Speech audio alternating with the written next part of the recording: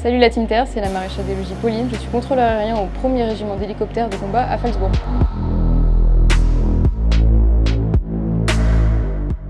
Alors moi j'ai poussé les portes d'un CIRFA parce que je voulais mêler le côté militaire et le côté aérien. Donc la solution pour moi c'était de devenir contrôleur aérien dans l'armée de terre et c'est pour ça que j'ai choisi cette spécialité. Alors moi j'ai un bac+3. Avant de m'engager à l'armée j'ai fait 3 ans d'études de droit.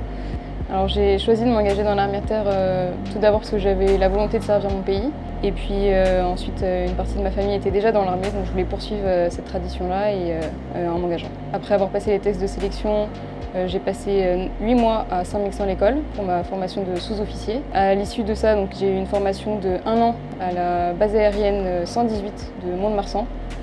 Alors pour devenir contrôleur aérien, on a de nombreux cours qui nous sont dispensés et notamment des cours qui concernent principalement la circulation aérienne militaire et la circulation aérienne civile.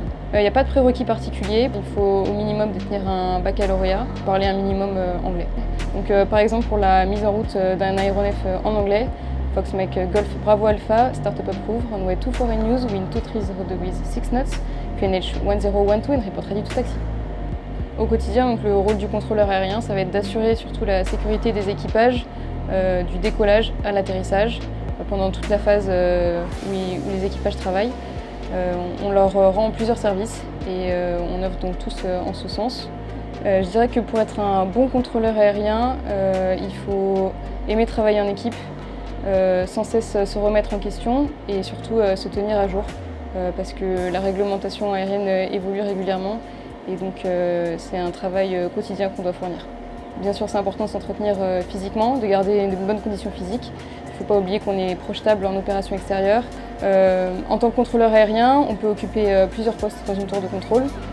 Il y a le poste sol qui s'occupe du roulage des machines principalement, l'air sol qui gère les machines dans le circuit d'aérodrome et puis le chef vigie qui est chef de tour.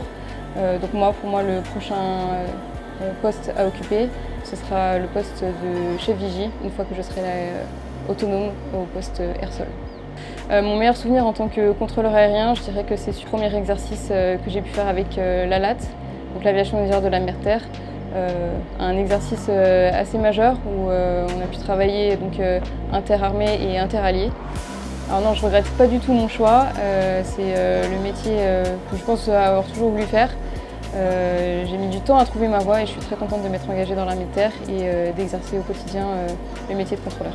Merci la Team Terre, c'était la maréchale des logis Pauline. N'hésitez pas à consulter notre page s'engager.fr ou à rejoindre nos réseaux sociaux pour en savoir plus sur le métier de contrôleur aérien. C'est un très beau métier et l'armée de terre a besoin de vous.